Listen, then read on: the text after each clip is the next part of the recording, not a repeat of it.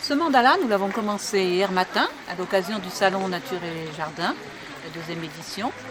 Et nous avons choisi de faire un mandala avec une étoile à 6 branches en géométrie sacrée.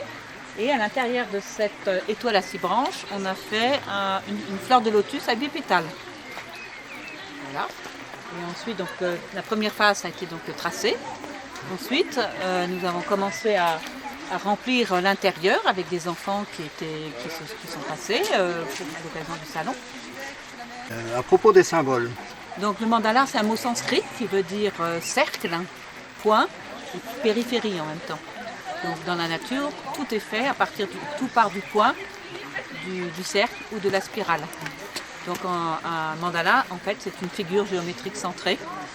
Donc il y a toujours un centre, et puis autour, il y a souvent un cercle. Chez les Tibétains, par exemple, c'est une succession de cercles et de carrés. Mais nous, dans cette tradition, on peut faire ce qu'on veut. À partir du moment où le tout est mis dans un cercle, le cercle, ça veut dire l'unité, c'est la connexion au divin. Et si on met, par exemple, le cercle à l'intérieur d'un carré, là, le carré, ça symbolise plus la matière, l'incarnation et aussi la protection, c'est-à-dire plus dans la matière physique, dans le monde terrestre. Alors que le cercle, c'est plus relié au divin. Par rapport à la terre, est-ce que c'est un don que l'on fait à la terre? Après, tout dépend de l'intention qu'on a envie d'y mettre. On peut effectivement faire un mandala comme une prière à l'occasion d'un événement particulier. Ici, c'était plutôt pour présenter le mandala, montrer que ça peut être un modèle qui peut apporter de la beauté et de l'harmonie et en même temps permettre aux enfants ou aux grands-enfants de découvrir qu'est-ce qu'est le mandala et notamment dans cette application avec le mandala éphémère parce que tout le monde ne peut pas forcément faire des mandalas de sable. C'est un peu plus difficile les mandalas de sable. Mais moi je fais par exemple aussi des mandalas gourmands, je peux faire des mandalas de sable sans faire comme les Tibétains bien sûr. Parce que les Tibétains ils sont plutôt dans une voie religieuse. Lorsqu'ils font un mandala, c'est vraiment en lien avec une déité. Par exemple s'ils font le mandala de la paix, ils vont se relier au Bouddha de la paix. Et puis ils vont construire ce mandala, enfin reproduire, parce qu'ils apprennent par cœur. Ils vont méditer en se reliant au Bouddha de la paix. Et c'est comme s'ils s'identifiaient au Bouddha de la paix, au Bouddha de la paix, en méditant sur la paix. Et c'est ce qui les mène vers l'éveil et l'illumination. Donc ici, je ne prétends pas forcément amener à l'illumination, mais c'est pour les enfants, ou même pour les adultes, de simplement individuellement ou collectivement de mettre des ingrédients de la nature, parce que tout est naturel.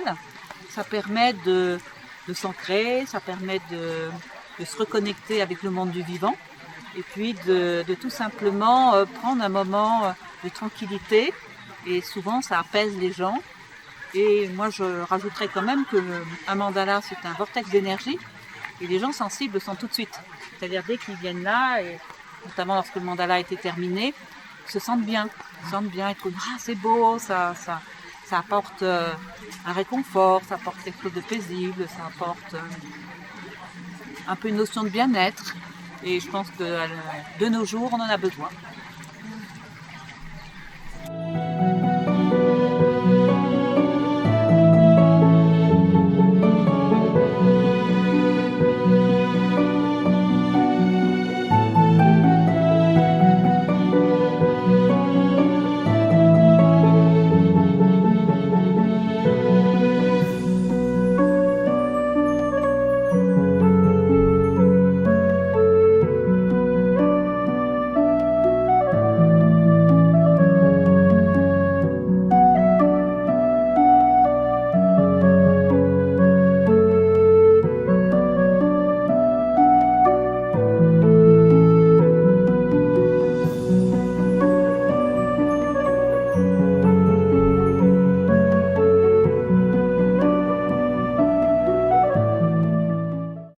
Et les enfants, ça leur plaît? Les enfants, ils adorent. Ouais. Les enfants, ils adorent. Même les tout petits. On avait des tout petits qui sont venus et ils ont vraiment envie ils ouvrent des grands yeux.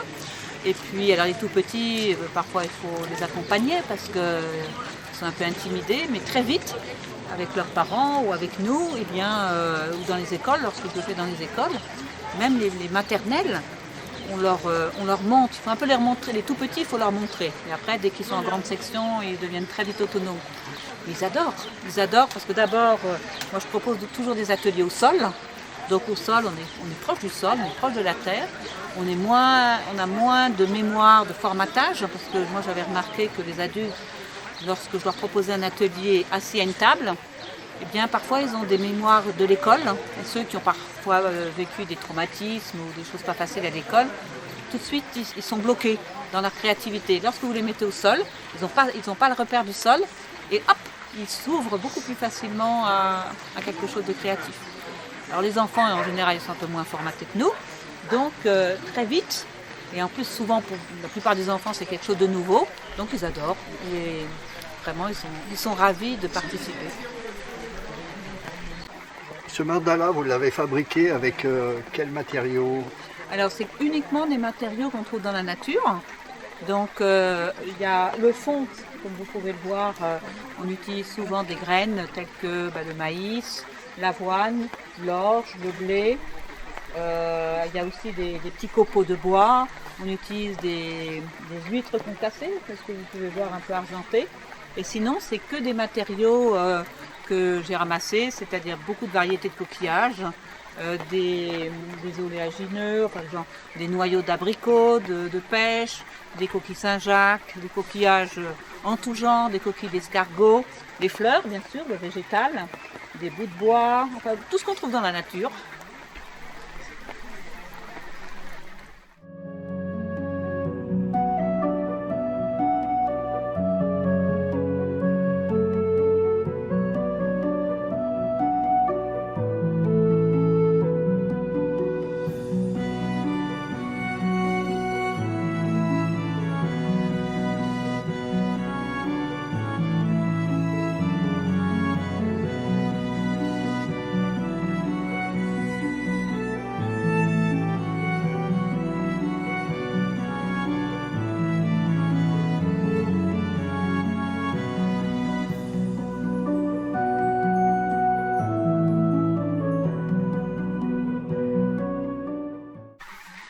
Alors pour conclure, je dirais que ça fait depuis 2004 que je fais des mandalas éphémères de la nature.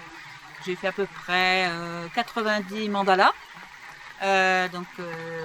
juste éphémères de la nature. Autrement, je fais aussi des mandalas de salle, des mandalas gourmands.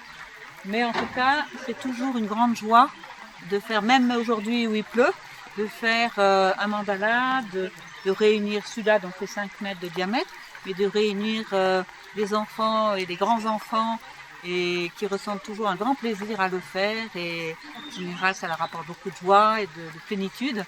Donc pour moi, à partir du moment où je vois la pétillance dans le regard, je me dis voilà, tous les efforts fournis pour ramasser tous les matériaux, les trier, les nettoyer, etc., ça vaut vraiment le coup.